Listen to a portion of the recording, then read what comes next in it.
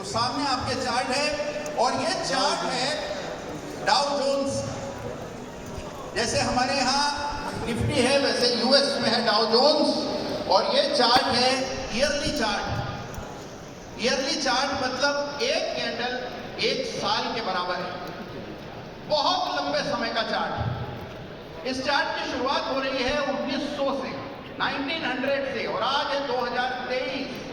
तो ये 125 साल का डेटा आपके सामने, 125 इयर्स ऑफ हिस्ट्री। इस 125 इयर्स ऑफ हिस्ट्री में आप देखेंगे, गौर से देखिएगा इस चार्ट को। अगर आप चाहें तो इस चार्ट को फ्रेम करा के जहां बैठकर ट्रेड करते हैं, निवेश करते हैं, उस कमरे में इसको दीवार पर टांग दें, बहुत प्रेरणा मिलेगी। ये आपके सामने भाई डाउ जोन्स पूरा मान जाएंगे ऐसे चला। आनंद लड्डा को बुलाओ भाई दोबारा, क्षमा प्रार्थी वही ठीक है।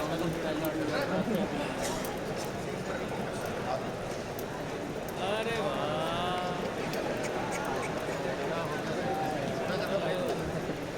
बंद कर दो यार, क्या तो बनाइए।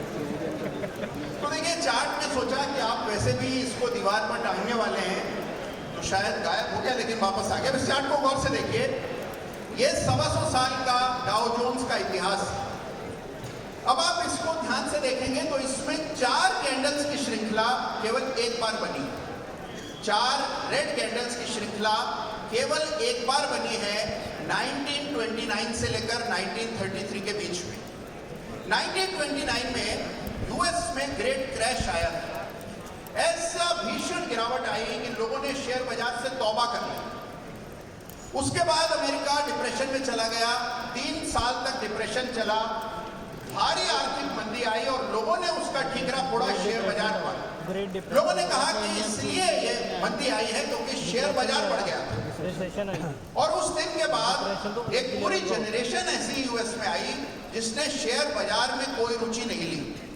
कई सालों तक शेयर बाजार इसी तरह साइडवेज चलता रहा और उसके बाद आया ब्रेकआउट। और उस ब्रेकआउट के बाद जो जनरेशन ताकत में आई, जैसे आज आपकी जनरेशन उभर करके ताकत में आ रही है या नहीं आ रही है? आपको ताकत महसूस हो रही है? तो देखिए, जो इकोनॉमिक पावर, जो फाइनेंशियल पावर आपकी जनरेशन के पास आएगी, आपको हर्षद मेहता का बैगेज नहीं होगा। उसी तरह से ये जो जनरेशन 50s में अमेरिका में आई, इसको ग्रेट डिप्रेशन का बैगेज नहीं था। इसी एज के समय में वॉरेन बफेट जैसे निवेशक सामने आए जिन्होंने अपना सर्वस्व शेयर बाजार को दिया और शेयर बाजार ने भरपूर उन्हें रिटर्न दिया।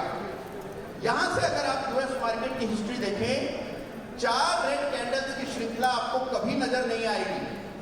4 रेड कैंडल्स एक साथ 1933 के बाद इस चार्ट पर नहीं दिखती हैं। यानी अगर गिरावट आई भी तो 1 या 2 रेड कैंडल्स बनी, अधिकांश कैंडल्स ग्रीन बनती रही। और आप उसका नतीजा देखें, अनबिलीवेबल वेल्थ यूएस में बनी निवेशकों को, जिन्होंने शेयर बाजार पर एतबार किया, जमकर निवेश किया। जो शेयर बाजार से डरता रहा, कतराता रहा, संकोच करता रहा, इसको जुआ मानता रहा, वो इस वेल्थ में पार्टिसिपेट नहीं कर पाया, वो वॉरेन बफेट नहीं बन पाया। तो अगर आप ये मानते हैं कि भारत भी यूएस की राह पर चल पड़ा है और यहां पर भी उसी तरह की ग्रोथ देखने को मिलेगी जो यूएस में देखने को मिली है, जबकि मेरा मानना है कि यहां पर ग्रोथ यूएस से भी ज्यादा तेज रफ्तार पर देखने को मिलेगी। कितने लोग मानते हैं कि भारत में ग्रोथ यूएस से बेहतर होगी अगले 10 सालों में? तो अगर आप ये मानते हैं कि भारत अगले 10 सालों में यूएस से बेहतर रिटर्न देगा, तो इस चार्ट को ध्यान रखिए। अब आइए एक बार निफ्टी का ईयरली चार्ट में। तो डाउ जोन्स के बाद आइए निफ्टी का ईयरली चार्ट देखें। मैं दोहरा दूं एक बार, आप लोग को 15 मिनट 5 मिनट के फेर में है, हो सकता है कि चार्ट के टाइमिंग को न समझ पाए हो। ये चार्ट ईयरली है, यानी एक कैंडल 1 साल के बराबर है। और डाउ जोन्स की एज के मुकाबले निफ्टी की एज तो बहुत ही ही कम है। निफ्टी का तो लड़कपन चल रहा है। यहाँ पर देखिए निफ्टी का जन्म हुआ 1990 में, आज है 2023, तो केवल 33 कैंडल्स हैं इस चार्ट पर, ओनली 33 अर्ली कैंडल्स, जबकि डाउ जोन्स पर अभी हमने 125 कैंडल्स देखी थी। यहाँ केवल 33 कैंडल्स हैं और इस 33 कैंडल में केवल 8 रेड कैंडल्स हैं, ओनली 8 रेड कैंडल्स। जिस फॉल ने हम सबको दहला दिया था वो फॉल था 2008 का, और 2008 की कैंडल आप देखेंगे, 2008 का फॉल और 2008 की कैंडल अगर आप देखें तो ये कैंडल, नहीं 9वीं चल रही है। ये जो कैंडल आपको दिख रही है ये एकाकी बड़ी रेड कैंडल, ये 2008 की कैंडल। तो सही ध्यान से। इसके अलावा पिछले 33 सालों का भारतीय बाजार का इतिहास देखें तो लगातार ये ट्रेंड ऊपर रहा है, बीच में एक है, लगातार बाजार ऊपर जा रहा है। ग्रीन कैंडल्स की संख्या रेड कैंडल्स की संख्या में कई गुने का अंतर है। अगर फिर भी शंका के घेरे में आप रह गए, शंका ही करते रह गए कि पता नहीं मैं खरीदूंगा और बाजार गिर जाएगा, बाजार में निवेश करना भी चाहिए या नहीं करना चाहिए, इस तरह का संकोच अगर मन में बना रहेगा तो मौका हाथ से निकल जाएगा। आने वाला समय आपसे सवाल करेगा कि आप गए थे त्यागराज स्टेडियम में, खचाखच हॉल भरा हुआ था, तब ये बातें चल रही थी, आपको शेयर बाजार में इतनी रुचि थी और ये शेयर इस कौड़ियों के भाव मिल रहे थे, तब क्यों नहीं लिए तुमने? ये सवाल का जवाब आपको देना पड़ेगा। तो आज अगर आप यहां से जाते हैं और एक बात समझ करके जाते हैं कि शेयर बाजार की अपॉर्चुनिटी अनबिलीवेबल है and India is following in the footsteps of US, जैसा वहां पर अपट्रेंड रहा वैसा अगर अपट्रेंड यहां पर आता है और फिर भी आप ना कमा पाए, इतना सब जानने के बाद भी नहीं कमा पाए, तो वाकई में आपको अपने ऊपर एक सवालिया निशान लगाना चाहिए।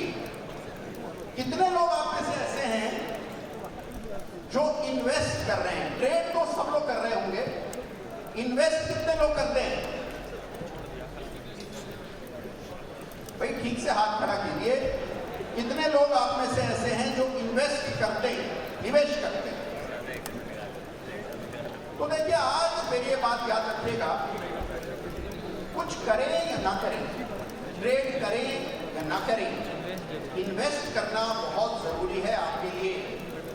देखिए वॉरेन बफेट ने कितना पैसा कमाया है, किसी को अनुमान है? कोई यहाँ बता सकता है कि नेटवर्क क्या है, कितना पैसा वॉरेन बफेट ने अर्जित किया है? कोई अनुमान है किसी को? Any ideas? 10 billion dollar, 20 billion dollar, 30 billion dollar, 85 billion dollar और ऊपर। देखिए 100 बिलियन डॉलर प्लस उन्होंने अर्जित किए शेयर बाजार से। तो देखिए there is no limit to how much you can make. लेकिन क्यों पैसा कमा रहे हैं वॉरेन बफेट और क्यों बाकी लोग नहीं कमा पा रहे हैं? जानते हैं कि आज वॉरेन बफेट की उम्र 90 प्लस है, 90 plus, and he still wants to make long term investments. 90 वर्ष की आयु में वो लंबी अवधि के लिए निवेश करना चाहते हैं। आपकी उम्र कितनी है सोचिए, और आपका इन्वेस्टमेंट होराइजन कितना है ये भी साथ में सोचिए। जो काम मुश्किल है वो अगर आप करेंगे तो पैसा बनेगा, जो काम सब कर रहे हैं अगर वो करेंगे तो पैसा नहीं बनेगा। ये मेरी लाइफ की लर्निंग है। तो जो मुश्किल काम है वो करने का सोचिए। लंबे समय का निवेश मुश्किल होता है, बोरिंग भी होता है, लेकिन आपको कहीं से कहीं पहुंचा देता है। और ये काम उतना मुश्किल नहीं है जितना कि आप सोच रहे हैं। एक छोटा सा सूत्र देकर आज अपनी बात को खत्म करूंगा। तो एक छोटा सा सूत्र आप सबको देता हूं long term investments, medium term investments, savings करने के लिए। तो आइए इस चार्ट पर थोड़ा बदलाव करें।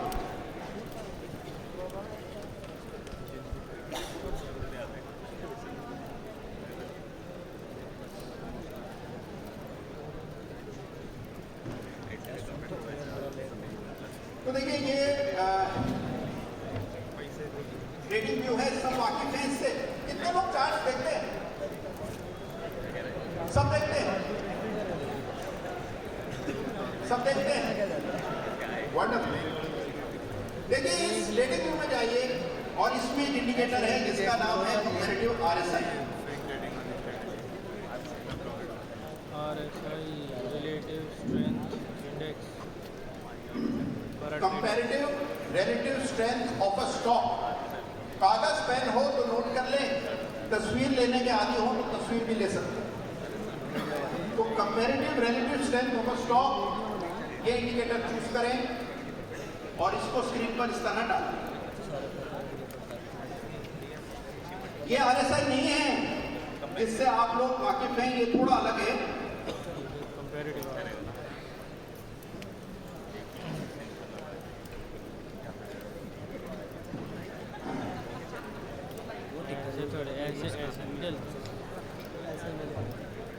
अब देखिए जो सपाट रेखा आपको इस वजह से दिख रही है कि हम निफ्टी की तुलना निफ्टी से कर रहे हैं।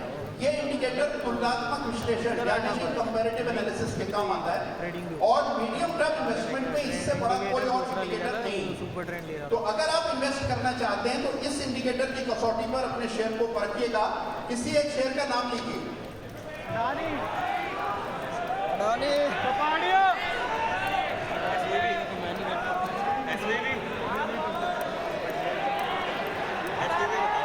मुझे तो यस बैंक सुन रहा है, यस बैंक कह रहे हैं आपको। चलिए आइए यस बैंक ही देख लेते हैं। अब तो बढ़ेगा, अब बढ़ेगा, इसीलिए बढ़ेगा। अब जो फंसे हुए लोग थे वो निकल जाएंगे, जो फंसे हुए लोग थे वो निकलेंगे, जो फंसे हुए लोग थे वो निकलेंगे, जो 3 साल से होल्ड करके बैठे थे। अब जो नया इन्वेस्टर आएगा ना इसमें, वो लेके जाएगा इसको। तो देखिए ये आपके सामने इंडिकेटर है, ऊपर चार्ट है यस बैंक का जो कि आप देख रहे हैं कि रसातल में जा रहा है और साथ में आप ये इंडिकेटर देख रहे हैं जो नीचे डाला। इसमें 2 रेखाएं हैं, एक रेखा कंपैरेटिव आरएसआई की है और दूसरा उसका 100 पीरियड एवरेज है। अब आप गौर से इस इंडिकेटर को देखें, ये अपने लिए नियम बना लें कि शेयर वही लेंगे जहां कंपैरेटिव आरएसआई अपने 100 पीरियड एवरेज से ऊपर चल रहा हो। बस ये नियम बना लें और आप देखेंगे कि आपके हाथ में कुदरतन वही शेयर्स आ जाएंगे जो बढ़ रहे हैं और जो घट रहे हैं, अंडर परफॉर्म कर रहे हैं, वो शेयर्स आपके हाथ से खुद ब खुद दूर हो जाएंगे। तो ये आपके सामने यस बैंक है। आईसीआईसीआई बैंक देखते हैं, आइए।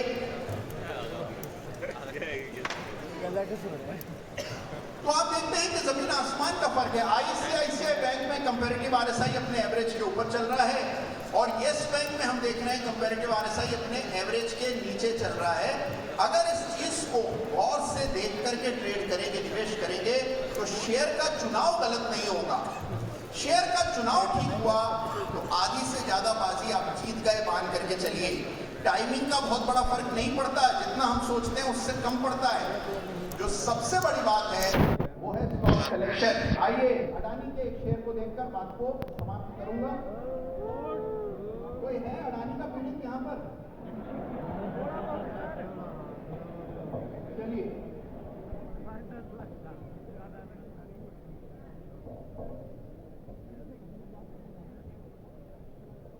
अडानी पोर्ट,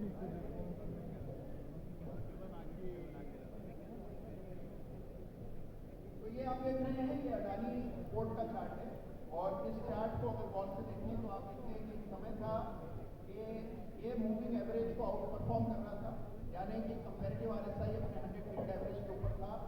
उस दौर में अडानी पोर्ट में तेजी बनी। फिर आपने देखा एक समय आया जब ये इंडिकेटर नीचे चला गया, यानी कि अडानी पोर्ट निफ्टी को अंडर परफॉर्म करने लगा और उस समय के बाद में आपने देखा पूरा ट्रेंड रिवर्स हो गया। तो इस इंडिकेटर को जरूर देखिएगा जब कभी आप निवेश करें, कुछ करें या ना करें, निवेश जरूर कीजिए। मध्यम से लंबी अवधि के लिए शानदार पोर्टफोलियो बनाइए।